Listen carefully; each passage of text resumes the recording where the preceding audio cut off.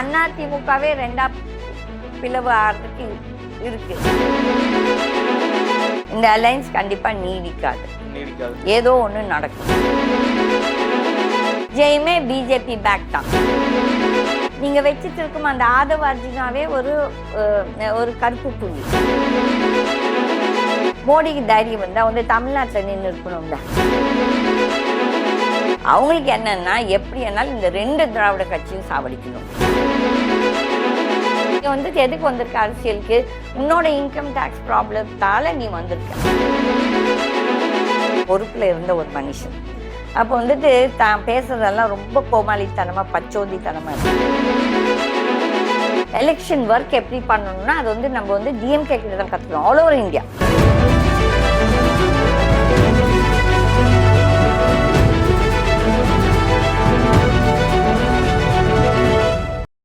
Booster தவிர மற்ற எல்லாமே மருந்துதான். உணவின் மூலக்கூறுகளால் தயாரிக்கப்பட்டது. இது சர்க்கரை அளவை கட்டுப்படுத்தும், நல்லா கட்டுப்படுத்தும். அனைத்து மருந்து கடைகளிலும் கிடைக்கும். அமித்ஷா வந்துட்டு இந்த மாதிரி எடப்பாடி அவர்களும் அவங்களும் சேர்ந்து இந்த மாதிரி கூட்டணி எங்களுக்கு உருவாயிருக்கு அப்படின்னு அறிவிச்சுட்டு போயிட்டாங்க. இப்போ அவங்களுடைய இலக்கு வந்துட்டு எல்லா கட்சியும் கொண்டு வரணும், திமுகவுக்கு எதிராக வந்துட்டு ஒருங்கிணைக்கணும்னு சொல்லிட்டு. இப்போ பாமகக்குள்ள இப்படி ஒரு பிளவு இருக்கு. அதுக்கு காரணம் வந்து பிஜேபின்ற மாதிரி நீங்கள் உட்பட நிறைய பேர் வந்து பேசுறாங்க.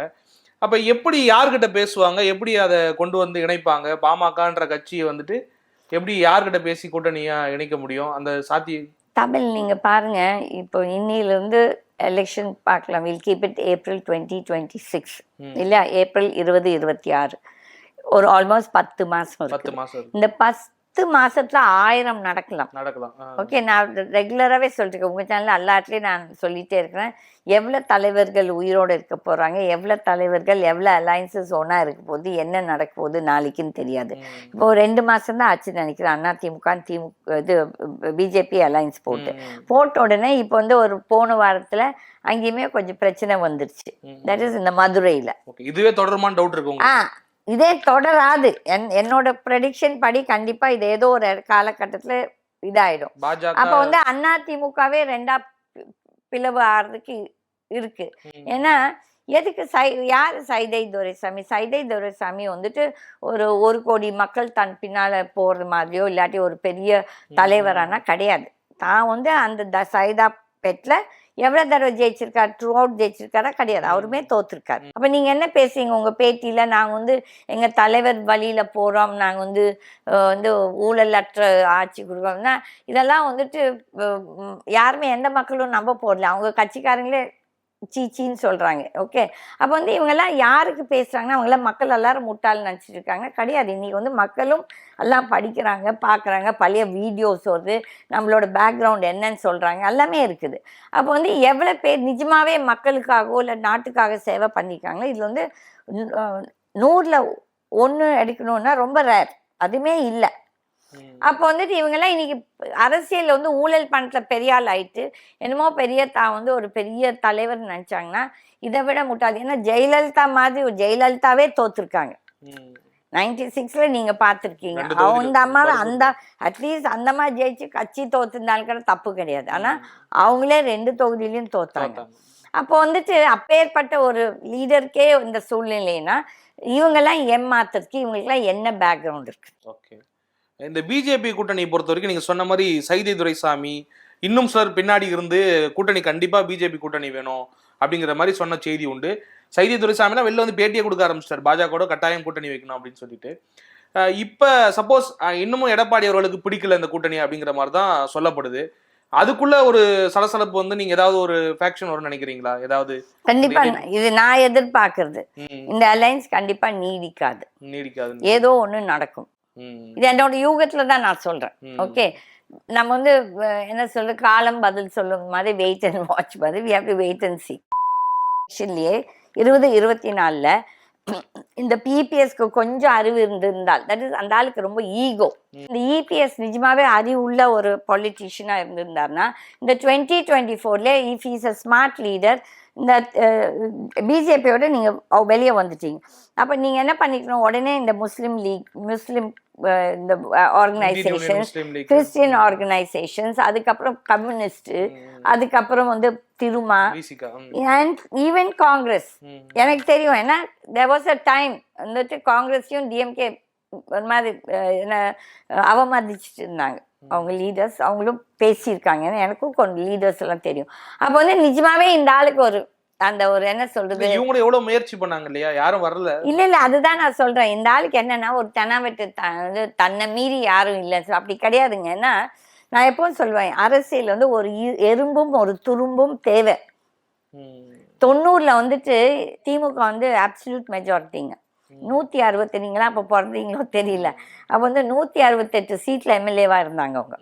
அந்த ஒரு கவர்மெண்ட்டையே வந்து எங்க கவர்மெண்ட், அப்போ நாங்கள் வந்து இது சென்டர்ல இருந்தோம், ஜனதாதள் நேஷனல் ஃப்ரண்ட் கவர்மெண்ட். அப்போ வந்து என்டிஆர் இருந்தார், கலைஞர் எல்லாமே. பட் கலைஞர் அவங்க திமுக ஒரு எம்பி கூட வரல இதுல பார்லிமெண்ட்ஸ் ஜெயில 89 இதுல அவங்க மொத்தமே தோத்தாங்க. ஓகே, அப்போ வந்து அந்த காலகட்டத்தில் வந்து எவ்வளோ ஸ்ட்ராங்காக இருந்த நான் எங்கள் கவர்மெண்ட் ஒன்லி 56 MPs.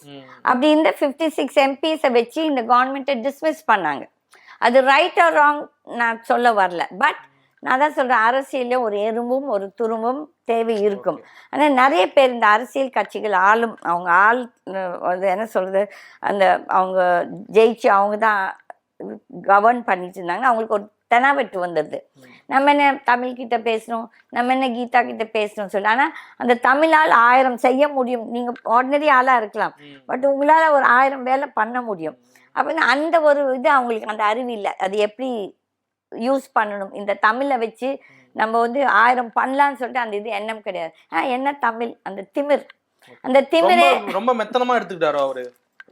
இந்த எலெக்ஷனே வந்துட்டு ஈஸியா எடுத்துக்கிட்டாரு. ரொம்ப கவனம் கொடுத்திருந்தா கிடைச்சிருக்கலாம். கண்டிப்பா வந்துட்டு you could have had a better alliance, ஒரு better coalition கொடுத்திருக்கும். அத வந்து தானாவே கெடுத்து ஒரு மூணாவது அமைப்பு கிடைக்குமானா இன்னைக்கு தமிழ்நாட்டுல இன்னும் வரல. நீங்க எல்லாரும் விஜய்னு கேட்கலாம், இல்ல விஜயும் கிடையாது. விஜயுமே பிஜேபி பேக் தான், பேக்ரவுண்ட். ஓகே, இதெல்லாம் வந்து மெயினா மக்களுக்கு இவங்க கதை விட்டுட்டு இருக்கலாம். எங்களுக்கும் கொஞ்சம் இது இருக்குது, கான்டாக்ட்ஸ் என்னென்ன நடக்குதுன்னு சொல்லி. அப்போ வந்து விஜய் வந்து நேர்மையானவரானா நீங்கள் வச்சுட்டு இருக்கும் அந்த ஆதவ அர்ஜுனாவே ஒரு கருப்பு புள்ளி. என்னன்னா அவங்க மாமனார் யாரு, ஒரு லாட்ரி மாட்டன். எப்படி லாட்ரியில் வந்தார், கள்ள லாட்ரி சீட் அடிச்சு. அதுவும் கூட நீங்களாம் பார்த்துருப்பீங்களோ இல்லையோ, நாங்களாம் பார்த்துருக்கோம். கோயம்புத்தூர் யார் மாட்டன் எப்படி வந்தார் எல்லாத்துக்கும் தெரியும், பார்த்துருக்கோம். தட் இஸ் நாட் கேட்டிருக்கோம், இல்லை பார்த்துருக்கோம். அப்போ வந்துட்டு அந்த ஒரு பக்கபலத்துல தான் நீ வந்திருக்க. அப்ப நீ யாரை உன் கூட வச்சுட்டு இருக்க, நீ நல்லவனை வச்சுட்டு இருக்கியா? கிடையாது. நீ பேசிக்கா நீ வந்துட்டு டாக்ஸ் கட்டல உன்னோட வண்டிக்கு, நீ போய் அதை போய் கேஸ் போட்ட. நீ ஒரு நல்ல மனிதனா, தட் இஸ் நாட் நடிகர், அதெல்லாம் நான் பேசல, சிட்டிசன் வந்துட்டு உனக்கு வந்து நீ சொல்ற ஒரு பக்கம் நான் வந்து 200 கோடி சம்பாதிக்கிறேன், 50 கோடி அந்த 1 லட்சம் டாக்ஸ் உன்னால் கட்ட முடியல. அப்போ நீ வந்துட்டு போய் ஒரு வக்கீலை நீ என்கேஜ் பண்ற, அதுக்கு நீ செலவு பண்ற. ஆனால் டாக்ஸ் கட்டணும்னா நீ வந்து அதுக்கு ஹெசிடேட் பண்ற, நீ வந்து கட்டக்கூடாதுன்ட்டு இருக்கிற. அப்போ நீ எவ்வளோ யோகியமானவன் கிடையாது. அப்போ வந்து இந்த மூணாவது அணி நான் சொல்லும் போது நீங்களாம் நினச்சிக்காதீங்க விஜய் கிடையாது. ஒரு நல்ல மூணாவது அணி வந்தானா கண்டிப்பாக மக்கள் வந்து ஒரு மாற்றம் வரும். ஆனால் என்ன இப்போ இந்த தமிழ்நாட்டில் இருக்குன்னா அந்த மாதிரி ஒரு அணி வர்றதுக்கு வந்து மறுபடியும் பணம் இதெல்லாமே தேவை. அப்போ யார் இந்த அரசியல் ஓட்டத்தில் இருக்காங்கன்னா இந்த ஊழல் பண்ணி கொள்ளாடிச்சவங்க தான், காசு வச்சுருக்கவங்க தான் இன்னைக்கு வர முடியுது. நல்லவர்களால் வர முடியாது. ஏன்னா அவங்களால வந்து இவ்வளோ பணம் எல்லாம் செலவு பண்ணிட்டு கோடியா ஒரு தொகுதிக்கு 100 கோடின்னு கணக்கு பேசுகிறாங்க. நீங்களே கேட்குறீங்க, நிறைய ஜேர்னலிஸ்ட் இந்த மாதிரி இவங்க ரெடி ஆகிட்டாங்க. அது அப்போ வந்துட்டு மக்கள் எல்லாருமே அந்த பணத்தை வாங்கிட்டு ஓட்டு போடுறதில்ல. நீங்கள் இப்போவும் பார்க்கணும், தமிழ்நாட்டிலையோ எங்கேனாலும் சரி 55 to 60% தான் ஓட்டு போடுறாங்க. Average maximum 65. அது வந்து சர்டன் தொகுதி, நீங்க ஃபுல்லா பாத்தீங்கன்னா கிடையாது.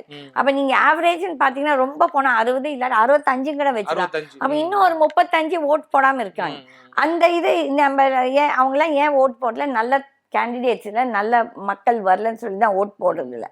அப்ப இந்த 65லயும் ஒரு ஆல்மோஸ்ட் 20% வந்து இந்த லாஸ்ட் மினிட் ஓட்டர்ஸ், நான் வந்து ஓட்டு போடணும் ஐயால போறேன், சரி ஏதோ ஒண்ணு இதுல இதுன்னு சொல்லிட்டு போய் போடுறாங்க. ஆமா, அப்ப வந்து அவங்க விரும்பி போறது இல்ல விரும்பி ஓட்டு போடல, பட் அந்த ஒரு நிர்பந்தம், நான் ஓட்டு போடணும், I am a citizen, I must ஓட்டுன்னு சொல்லி. இப்பதான் நம்மளுக்கு இந்த இது நோட்டா வந்திருக்குது. none of the above சொல்லி. பட் அதுலேயுமே நிறைய பேர் வந்துட்டு போடுறது இல்லை அந்த நோட்டா போட ஆரம்பிச்சா there will be a change. இவங்களுக்கும் ஒரு ஃபீட்பேக் கிடைக்கும், இந்த அரசியல் கட்சிகளுக்கும். எந்த மக்கள் வந்து நம்மளே எதிர்க்கிறாங்க சொல்லி. இப்போ சிம்பிள் எக்ஸாம்பிள், எல்லாரும் நினைக்கிறீங்களா மோடி வந்துட்டு பெரிய ஆதரவுல ஜெயிச்சு வந்திருக்காரு? கிடையாது. இப்போ நீங்கள் 2024 எலெக்ஷன்ல பார்த்தீங்கன்னா முதல் எலெக்ஷன்ல வந்து 5.5 லட்சம் மக்கள் ஓட்டு வித்தியாசத்துல ஜெயிச்சு வந்திருக்குது யாரு? மோடி. ஆனா இந்த தடவை 1.5 லட்சம், அதுமே போய், அதுமே மேனிப்புலேட்டட். அப்போ வந்து நீ வந்து நிறைய ரவுண்ட்ஸ், பிக் ஆல்மோஸ்ட் 20-30 ரவுண்ட்ஸ்ல நீ பேக்ல தான் இருந்த. இல்ல அப்போ வந்து அந்த 3 லட்சம் மக்கள் உன்னை எதிர்த்து இருக்காங்கன்னா, இப்போ நான் ஒரு லீடரா இருந்தேன்னா நீ என்ன சொல்ற? அந்த எலெக்ஷன்ல பிகினிங் ஆரம்பிக்கும் போது மோடியோடது 140 கோடி மக்களும் என்னை விரும்புகிறார்கள் தான் பேசுறாரு. இல்ல அது வந்து தொகுதி. பட் அவர் என்ன சொன்னார்? 140 கோடி மக்களும் என் குடும்பம் அவங்க எல்லாரும் என்னை விரும்புகிறார்கள். அது வந்து தனவெட்டி. ஏன்னா உன்னோட ஓட்டு வந்து 30 இல்ல 35%. அப்போ 65% உன்னை ரிஜெக்ட் பண்ணுது. அப்போ வந்து ஒரு நல்ல மனுஷன், ஒரு மனசாட்சி உள்ள மனுஷன் வந்து இந்த மாதிரி பேச மாட்டாங்க, அவங்க திருந்த பார்ப்பாங்க. அப்போ வந்து உன்னை 3 லட்சம் மக்கள் உன்னை நிராகரிச்சிட்டாங்க, உன்னோட தொகுதி மக்களே. அப்போ வந்து தட்ஸ் அ ஃபீட்பேக்.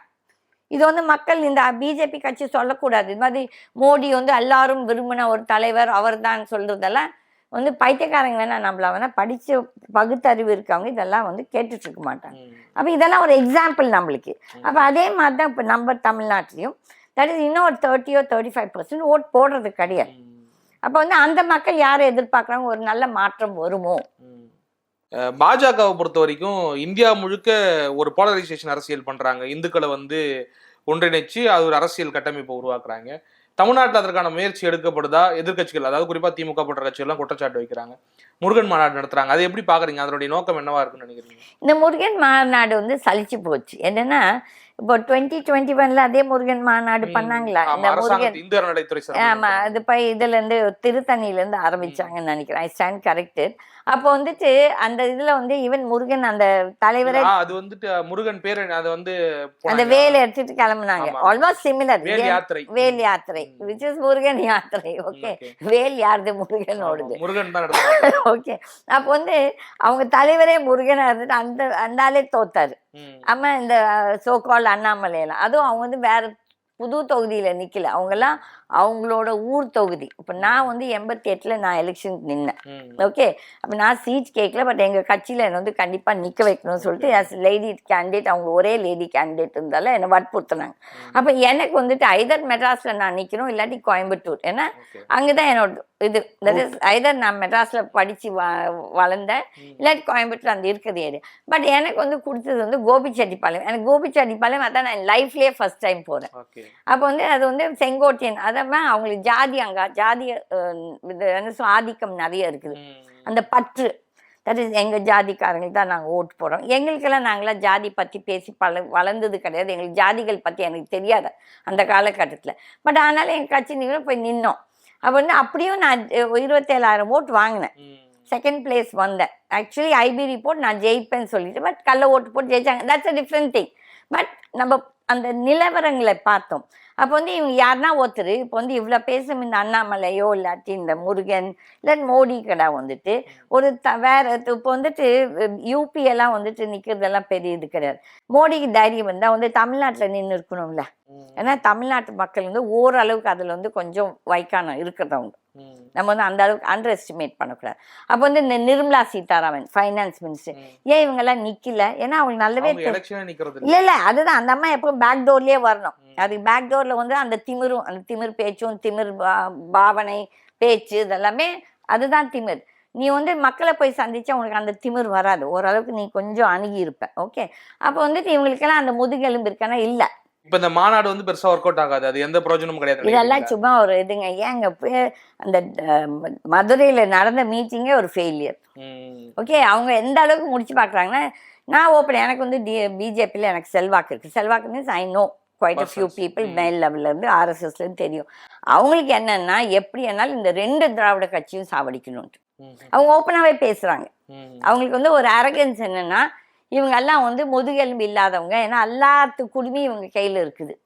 ஆகையால நாங்க இன்னும் 4 வருஷம் இருக்கிறோம், நாங்க வந்து எப்படி இருந்தாலும் நாங்க வந்து ஜெயிச்சோம். 2வது தென்னவெட்டு என்னன்னா, நாங்கள் வந்து ECI, that is election commission of India, எங்கள் கையில் இருக்குது, நாங்கள் எதையும் மேனிப்புலேட் பண்ணோம், ஓப்பனாகவே பேசுகிறாங்க.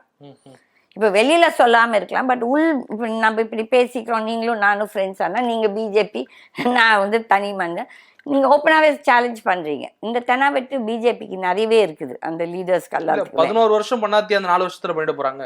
அதுதான் இந்த மாதிரி இந்த தெனாவெட்டெல்லாம் பண்ணுறது. தட் இஸ் நாங்கள் எலெக்ஷன் கமிஷனை மேனிப்புலேட் பண்ணுவோம், இதை பண்ணுவோம். ஆனால் ஒன்று, தமிழ்நாட்டில் மக்கள், நான் தான் சொல்கிறேன், நான் அவங்கள சொல்லிகிட்டே இருப்பேன், நீங்கள் நினச்சிக்காதீங்க தமிழ்நாட்டு மக்கள் அவ்வளோ முட்டாளுன்னு சொல்லிட்டு. ஏன்னா 2016-17 அவங்க என்கிட்ட சொல்கிறாங்க, 2019 தட் வாஸ் பார்லிமெண்ட் எலெக்ஷனில் நாங்கள் வந்து அதிமுகவோட போட்டு ஃபுல் நாங்கள் தான் ஜெயிப்போம், ஸ்வீப் பண்ணுவோம்னு சொல்லிட்டு அவங்க லீடர், தட் இஸ் RSSல ஒரு பெரிய டாப் ஆள். நான் ஓப்பன் அப்போ சொன்னாங்க ரஜினிகாந்த் எங்கள் கூட வருவார். நான் சொன்னேன் ரஜினிகாந்த் வரவே மாட்டார் உங்களோட, அதே மாதிரி நீங்கள் வந்து ஜெயிக்கவே மாட்டீங்க, நீங்கள் வந்து நீங்களா பேசிக்க வேண்டியது தான் சொல்லிடு. அப்போ நீங்களே பார்த்தீங்களா 2019 யார், ஒரே ஒரு அந்த பன்னீர்செல்வத்தோட பையன் மட்டும் தான் ஜெயிச்சு, அதுவும் மேனிப்புலேட் பண்ணி இளங்கோவன் ஏதோ இது பண்ணி, அதுங்களாம் சொல்கிறாங்க இளங்கோவனுக்கு இது பண்ணி ஜெயிச்சிட்டாங்கன்னு சொல்லிட்டு. அப்போ வந்து பிஜேபி ஆளும் கட்சி, அதிமுக ஆளும் கட்சி, நீங்கள் பண்ண செலவு பண்ணாமையா இருக்கிறீங்க? எவ்வளோ பணம் நீங்களும் செலவு பண்ணியிருக்கீங்க. அன்றைக்கி வந்து டிஎம்கே வந்து எதிர்கட்சி தான். அப்போ உங்களை மிஞ்சி அவங்களால செலவு பண்ண முடியாது. அப்போ நீங்கள் அவ்வளோ செலவு பண்ணி மக்கள் வேலைக்கு போனாங்கன்னா கிடையாது.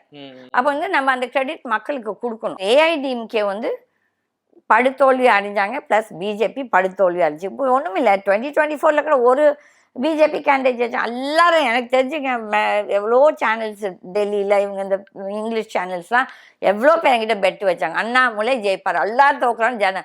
நான் கூடுதலா போயிட்டு அதிமுக 3வது இடத்துக்கு போயிடுன்னு சொன்னேன். இல்ல எல்லாம் சொன்னேன், நான் ஒரே ஒரு ஆள், நீங்க நானும் பேட்டி பண்ணுவேன், ஓகே, நான் ஓப்பனாவே மக்கள் கிட்ட சொன்னேன், இது அண்ணாமலையை மட்டும் தேர்ந்தெடுக்காதீங்க, இதை விட வேற தப்பு நீங்க வேற எதுவும் செய்ய முடியாது.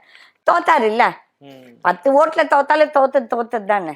அப்போ வந்துட்டு நீ என்ன சொன்ன, மக்கள் என் பின்னால் இருக்காங்க, இளைஞர்கள் என் பின்னால் இருக்கிறாங்கன்னா அந்த அளவுக்கு மக்கள் முட்டாள் கிடையாது. ஓகே, என்ன மக்களுக்கு என்னன்னா, they don't have a voice. தைரியமா போய் நான்லாம் பேசுறேன்னா எவ்வளோ பேர் நம்மளாட்ட பேசுறாங்க வந்து, ஏன்னா அவங்களுக்கு என்ன பிரச்சனை வந்துடும் சொல்லிட்டு. அப்போ வந்துட்டு இது வந்து நீங்களும் நினச்சிக்க கூடாது, இதெல்லாம் பழைய மாதிரி நம்ம மக்களை இது பண்ணலாம், மிரட்டலாம், இப்படிதான் நாங்கள் தான் ஜெயிப்போம் மிரட்டியன்னா அதெல்லாம் நடக்காது. இந்த பணத்தால் நாங்கள் ஜெயிச்சிருவோம். அதுவும் இல்லாமல் ஒரு இதில் நம்ம எடுத்துக்கணும், டிஎம்கே மாதிரி டெடிகேட்டட் கேடர் ஒர்க் வந்துட்டு அவங்க அந்த எலெக்ஷன் முடிஞ்சோடனே அப்படியே அந்த பூத் கிட்டேயே படுத்துட்டு இருப்பாங்க. அந்த எங்கே அந்த இதை வைக்கிறீங்களோ அந்த மிஷின் பொட்டி வைக்கிறதுல அப்படியே, அதிலெல்லாம் அவங்கள மிஞ்சதுக்கு யாருமே கிடையாது. அப்போ வந்து அந்த விளையாட்டெல்லாம் இங்கே பண்ண முடியாது முடிஞ்ச அளவுக்கு. ஆகையால இது வந்து தெனாவெட்டா பேசுகிறாங்க, ஆனால் தெரியாது என்னென்னா இன்றைக்கி வந்து என்ன யார் எந்த பாம்பு எந்த புற்றில் இருக்குன்னு நம்மளுக்கு தெரியாது. ஆகையால் இதெல்லாம் நம்ம காலம் பதில் சொல்லும். நீங்க ஆரம்பத்திலேயே சொன்னீங்க விஜய் அவர்கள் வந்துட்டு பெரிய பொட்டன்ஷியல்லாம் கிடையாது அவர் வந்துட்டு அப்படின்னு. ஆனா விஜய் அவர்கள் எப்படி ஃப்ரேம் பண்றாருனாக்கா, வர தேர்தலில் வந்து திமுக விசஸ் தாவேகா தான், இந்த 2 கட்சிகள் கிடையாது தான் போட்டிங்கிற மாதிரி எல்லா மேடையிலையும் சொல்றாரு. அதை எப்படி பாக்குறீங்க? அது வந்து இம்மெச்சூரிட்டி பாருங்க. எனக்கு வந்து விஜய் வந்து எனக்கு ஒன்றும் விரோதியும் கிடையாது, அதே மாதிரி திமுக வந்து எனக்கு சொந்தக்காரங்களும் கிடையாது. ஆனால் தேர் சம்திங் கால் பொது புத்தி அண்ட் என்ன சொல்றது பகுத்தறிவு.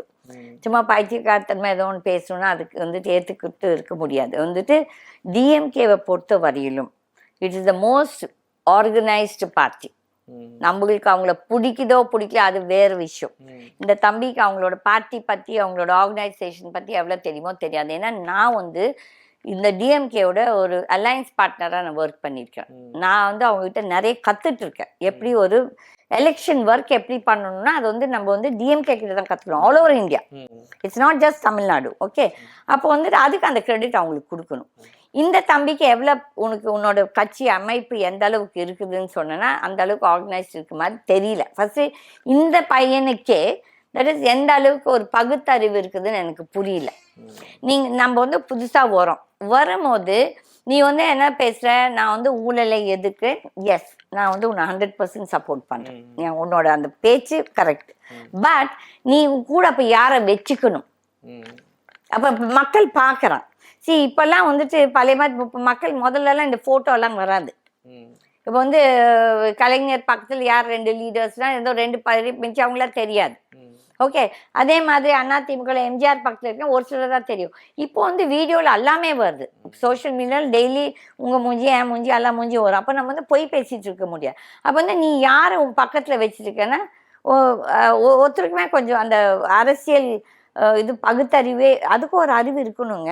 ஓகே, அப்ப அந்த பகுத்தறிவே இல்லாத ஒரு மக்களை நீ கூட வச்சுக்கிட்டு நீ அரசியல் பேசிட்டு இருந்தனா இது ரொம்ப ஒரு நல்லதே கிடையாது. இப்போ நீங்க ஃபார் எக்ஸாம்பிள், ஒரு ஸ்மால் எக்ஸாம்பிள், அந்த பொண்ணு வந்து ஃப்ராடா நல்ல புள்ளியா எனக்கு தெரியாது. அந்த புள்ள சூழ்ச்சி பண்ணி வந்து தவைக்கல சேர்ந்து திருப்பி டிஎம்கே போச்சு, இல்லை டிஎம்கேலேருந்து அனுப்பப்பட்ட பொண்ணா எனக்கு தெரியாது. ஆனா அது இட்ஸ் நாட் குட். நீ வந்து உன்கிட்ட ஒரு young, these are all young girls. அப்போ வந்து அந்த பொண்ணு வந்து எப்படி பேசும்போது அது வந்து ஒரு சிலதை வந்து அவங்க பார்ப்பாங்க, என்னடா இந்த பொண்ணு இப்படி பேசு. ஐ டூ அக்ரி, அவன் வந்துட்டு பேக்ரவுண்ட் வந்து டிஎம்கே. ஓகே, பட் அந்த ஃபர்ஸ்ட் இதில் வந்து எல்லாருமே அது இதுனா அது இதை பார்ப்பாங்க. அப்போ வந்து அந்த ஒரு இதே உனக்கு உன்னை எவ்வளோ பேர் சந்திக்க முடியும்? இப்போ விஜயை எவ்வளோ பேர் சந்திக்க முடியும்? நீங்கள் உங்களை யார் மக்கள் கூப்பிட்டாங்களோ? உங்களுக்கு வா வா வா நாங்களாம் சோத்துக்கு இல்லாமல் கஷ்டப்படுறோம், யாரும் உங்களை கூப்பிடல. அப்போ நீங்கள் நிஜமாகவே வந்து மக்கள் சேவை பண்ணணும், ஊழலை ஒழிக்கணும்னா நீ உன்னோட தனி இண்டிவிஜுவலா நீ எவ்வளோ ஒழுக்கம் கிடையாது. ஃபர்ஸ்ட் உனக்கு தனி மனிதன் ஒழுக்கமே கிடையாது. நீ வந்துட்டு அங்கே வரும்போது உன்னோட இந்த பப்ளிக் லைஃப்ல வரும்போது இந்த தனி மனிதன் ஒழுக்கம் இல்லாட்டி இதெல்லாம் நல்லதுக்கு கிடையாது. ஓகே, உன் குடும்பமே உன்னை கூட வரல, தட் இஸ் உன்னோட ஒய்ஃப், இதெல்லாமே தட்ஸ் ப்ராப்ளம். அப்போ வந்து நீ வந்து ஒரு சில நடிகர்களோட அசிங்கமாக அங்கே பண்ணும்போது நீ எந்த அளவுக்கு பர்ஃபெக்ட். இப்போ வந்து பாருங்க, அரசியலில் வந்து நம்ம மக்களுக்கு தெரியுதோ இல்லையோ ஒன்றும் இல்லை. இப்போ நேற்று ஒரு 4 நாளுக்கு முன்னாலே எனக்கு தெரிஞ்ச ஒரு யங்ஸ்டர் வந்து இந்த விஜய் கொஞ்சம் யங்கர் பாய், அந்த பையன் சொல்கிறான் விஜய் வில் பி ட்ரங்க், எப்போ பார்த்தா ஒரு பாட்டில் ஒரு நாளைக்கு குடிப்பானா. அப்போ வந்து அந்த பையனுக்கு அவங்கள பற்றி தெரியுது, அவங்களோட ரேவ் பார்ட்டிஸ், அவங்க ட்ரக் பார்ட்டிஸ் எல்லாமே தெரியுது. இவங்க எல்லாமே ஏதோ ஒரு விதத்தில் போயிருக்காங்க, சினிமாக்காரங்க. நான் அதை சொல்ல விரும்பல. ஓகே, அப்போ வந்து உன்னை பற்றி உங்கள் ஃபீல்டில் இருக்கவங்களே ஒரு சிலர் பேசுகிறாங்க. இது இந்த மாதிரி ஒருத்தரோடு பேச அந்த பொண்ணு 10க்கு போகுது. அப்போ நீ எவ்வளோத்துக்கு ஒழுக்கம்னா கிடையாது. நீ வந்துட்டு சடனாக நீ வந்துட்டு எதுக்கு வந்திருக்க அரசியலுக்கு? உன்னோட இன்கம் டேக்ஸ் ப்ராப்ளத்தால் நீ வந்திருக்க. ஓகே, அப்போ வந்துட்டு நீ வந்து அப்படி அரசியலுக்கு வரணும்னா நீ ஆல்ரெடி ஒரு 4-5 இயர்ஸ் முன்னாலே கட்சி ஆரம்பிச்சாச்சு இல்லை? That is, I think even 2 years ஆகுது கட்சி இல்ல கட்சி, பட் ஐ திங்க் ஒரு எலெக்ஷன் முன்னாலே வந்தாச்சு, பிளஸ் 24 எலெக்ஷன் எலெக்ஷனுக்கு முன்னால வந்தாச்சு, பிளஸ் இந்த பை எலெக்ஷன் ஒன்று 24 பிப்ரவரியில தொடங்கினாங்க. அப்ப பை எலெக்ஷன்ல நீ உன்னோட செல்வாக்கு காட்டிக்கலாம். நீ யாரோடய அலைன்ஸ் போடாத. நீ பேசுறது நீ நிஜமாவே நல்ல மனுஷன், நான் இப்படிதான் செய்வேன், மாற்றம் கொண்டு வருவேன்னா உனக்கு பணம் இருக்குது, உனக்கு எல்லாமே இருக்குது. ஒரு தொகுதியில நீ வந்து நின்று இருக்கலாம், அப்போ வந்து மக்களும் பார்ப்பாங்க. ஆனா நீ அதை செய்யல. அதுக்கப்புறம் நீ வந்து இன்டைரக்டா வந்து இவங்க எல்லாத்துக்குமே தெரியுது, இபிஎஸ் வந்து விஜயோட பேசிட்டு இருக்காங்க, விஜய் இங்க பேசுது எல்லாத்துக்குமே தெரியும். இந்த அர்ஜுனா தான் இங்க விசிகேல இருந்து இங்கேருந்து ஓடி இங்க ஓடி ஃபர்ஸ்ட் ஈவெண்ட் ஏஐடிஎம்கே அங்க அவங்க சேர்த்துக்காத அப்புறம் தாவேக்காக்கு போயிருக்கேன். அப்போ வந்து இவங்களுக்கு எல்லாத்துக்கும் என்ன வந்து பிரின்சிபல்ஸ் இருக்குது, அவங்களுக்கு வாழ்க்கையில நம்ம இப்படிதான் இருந்து இப்படிதான் நல்லது செய்யணும்னு நினைக்கிறோம் கிடையாது. எல்லாத்துக்குமே அந்த என்னதான் நான் என்னோட கொள்ளையடிச்ச சொத்தை எப்படி காப்பாற்றிக்கணும். அப்போ வந்து இதெல்லாம் ஒரு நல்ல ட்ரெண்டு கிடையாது. இது வந்து Vijay, I don't care Vijay நம்ம பேட்டியை பார்த்தோன்னா let him learn, it's a lesson for him, feedback. தப்பாக எடுத்துக்கூடாது, தே ஷுட் ஆல், பிகாஸ் வரட்டும், எல்லாரும் வரணும். ஆனால் நீ எவ்வளோ தனி மனிதன் ஒழுக்கம்னா கிடையாது, உனக்கு கிடையாது. பிஜேபிக்குள்ள வந்துட்டு முன்னாள் தலைவருக்கும் இப்போ இருக்கக்கூடிய தலைவருக்கும் ஒரு சண்டை இருக்கு, புகைச்சல் இருக்குன்னு ஒரு யூகம் சொல்லப்படுது.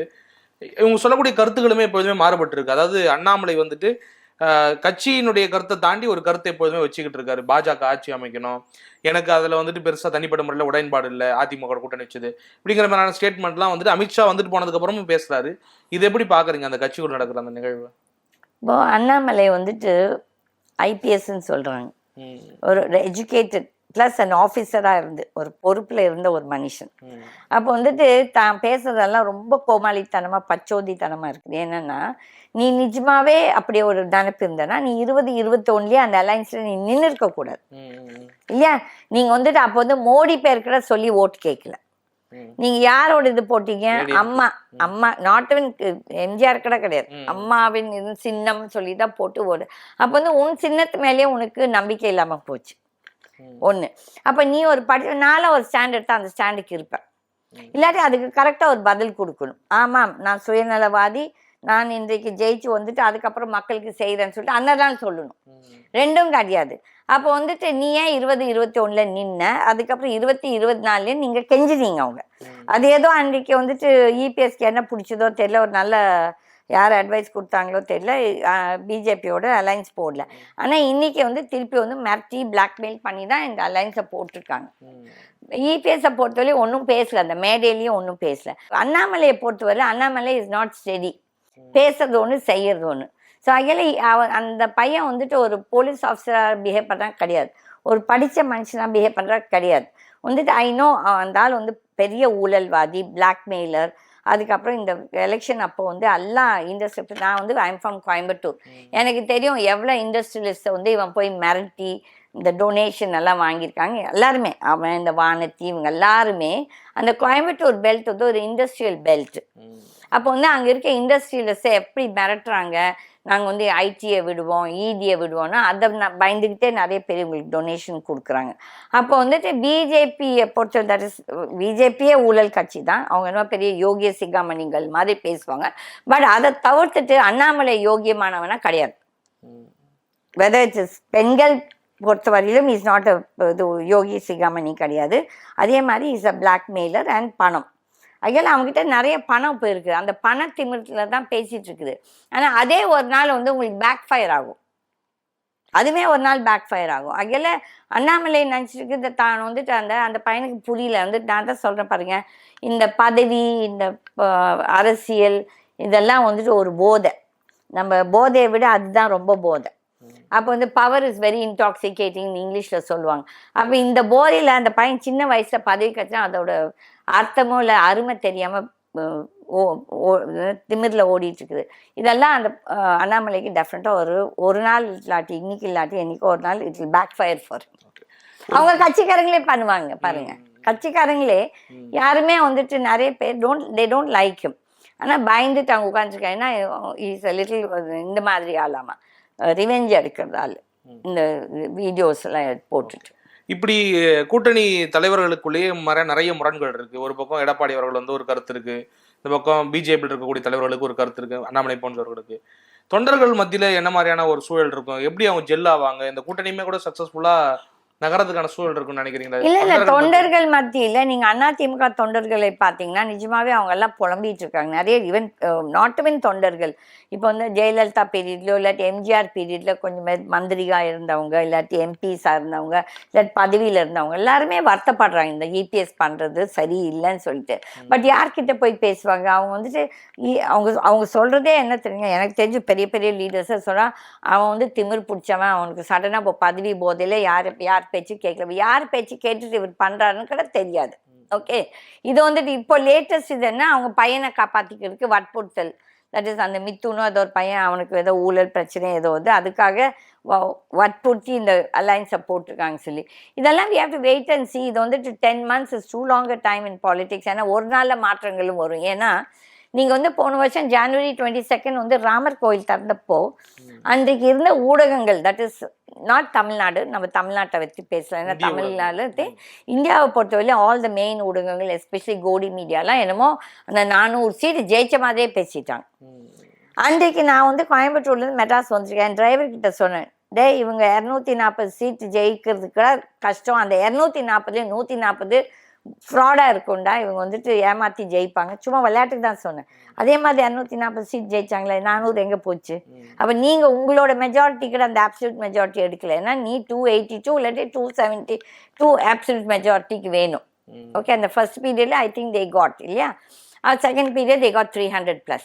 அப்போ வந்துட்டு நீங்கள் அவ்வளோ பேசின ஒரு இது 400 சொன்னவங்க, இப்போ முந்தா நேற்று என்கிட்ட ஒரு பிஜேபிக்கார் ஒருத்தர் வேற அந்த இதில் விங்கில் இன்னொருத்தர் வந்து என்னை பார்க்கும்போது, இல்லை நாங்கள் வந்து மக்கள் எங்களுக்கு தெரியும் நாங்கள் தோக்கு போகிறோன்ட்டு, ஆனால் மக்கள் மத்தியில் வந்து நாங்கள் வந்து ஒரு இது பண்ணோம், என்ன ஒரு அப்படி சொன்னாதான் மக்கள் அப்போ அவங்க எப்படி பாருங்கள், டக்குன்னு இப்படி மாறுவாங்க இல்லாட்டி அப்படி மாறுவாங்க.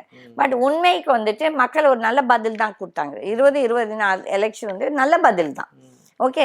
பட் அதில் இப்போ நீங்களே பார்க்குறீங்க, ஏன்னா நான் வந்து I mean touch with some of the leaders.